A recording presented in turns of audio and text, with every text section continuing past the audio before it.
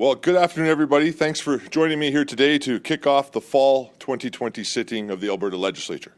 I know I and my colleagues are very much looking forward to being back in the chamber making a difference for Albertans.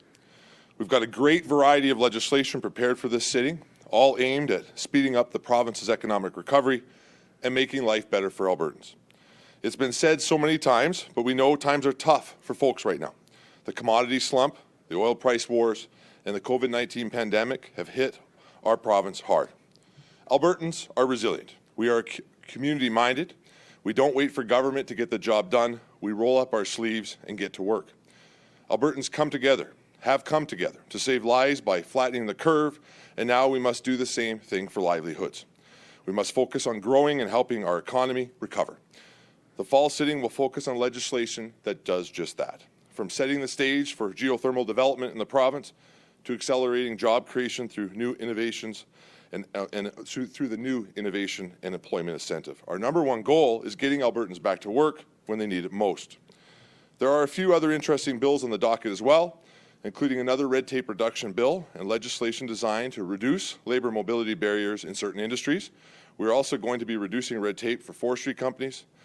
All of these bills will create good jobs for Albertans. We want to ensure that Albertans are being promptly paid for their work, so we will also be introducing legislation that will establish payment deadlines for contractors, subcontractors, and labourers, and streamline the dispute resolution process when there are issues between workers and builders. We're also revising existing childcare legislation to improve transparency for parents and encourage digital record keeping so those caring for our children are spending less time dealing with red tape and more time providing quality childcare.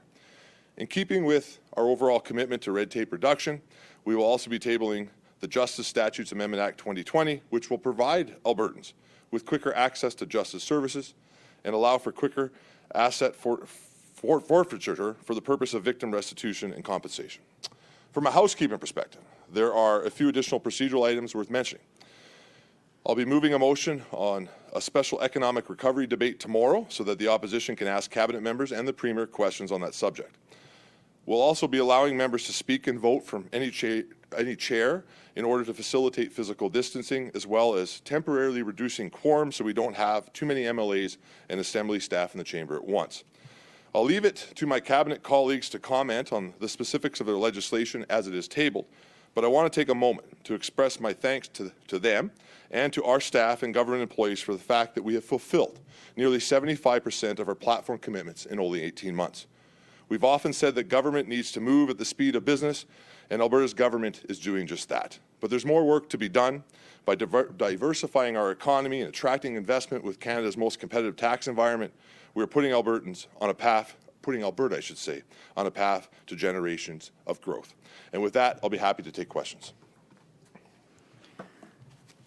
Okay, I believe we have a number of people on the line, so we'll keep it to just one question, no follow-ups, please. Operator, can you put through the first caller? Yes, first question is from Graham Thompson, iPolitics. Please go ahead. Yes, hi, Minister. I was wondering, on the weekend, we saw a number of resolutions passed by members of the UCP. One notably dealt with private health care, both private funded and private managed health care. How likely is it the government would adopt that as a bill moving forward and actually change the system to reflect what your members want? And Graham, as you know, I was part of the unification of the Progressive Conservative Party and the Wild Rose Party, and one of the authors of the document that founded our party. In that document, we are very clear that access to universally funded public health care is a priority of this government, will remain a priority of this government. Members debate different policy resolutions, of course, on the floor of conventions. That happens in every party. The Premier has been clear, though, that our commitment as a government is still to publicly funded health care.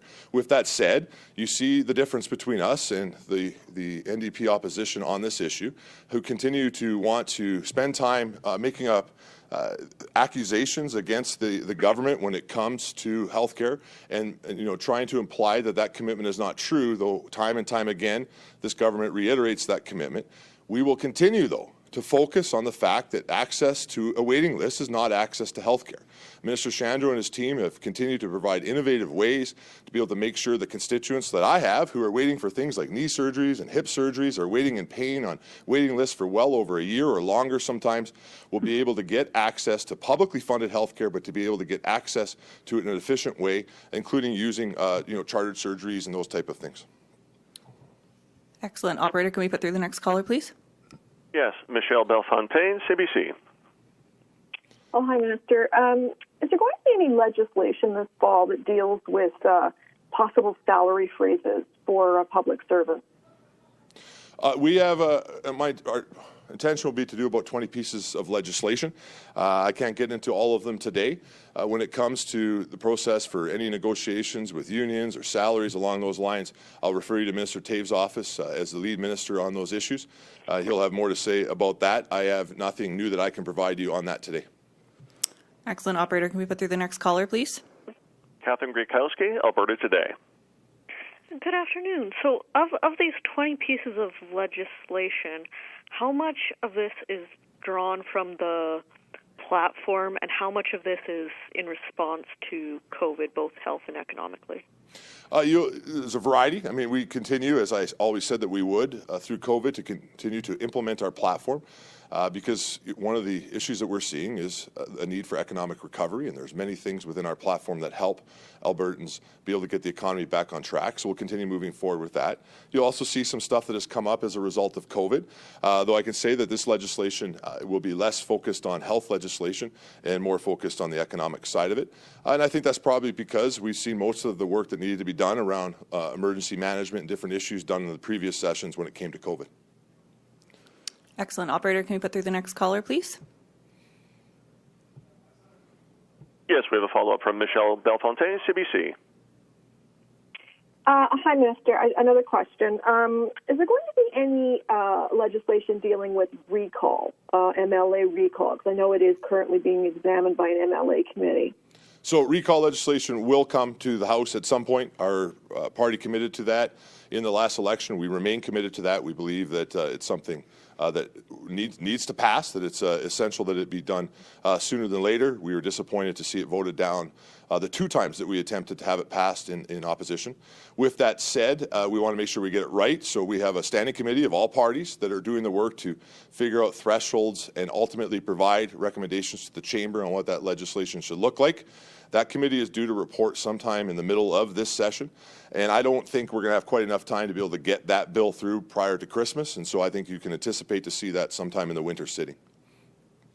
Operator, can we put through the next caller, please? Follow-up from Graham Thompson, iPolitics. Yes, Minister. Sorry, just to follow up on the question before about publicly funded health care and delivered health care. Of course, there's a mix right now. Some of it's publicly delivered, some of it's privately delivered. But does your government committed to not actually ever bringing in some sort of parallel system that's privately funded? Again, the Premier has been clear on this. Our government has been clear on this from day one. We are committed to the publicly funded healthcare system. We will use other mechanisms, including private providers, to be able to provide the public system with efficient access to things like surgery. But the people that participate or get that type of surgery will be paid for by the publicly funded system. So, again, the accusations of something different are ridiculous. This government's been committed to that from day one, and nothing has changed. Okay, I believe that's it. Thanks very much, everyone. Thanks for your time.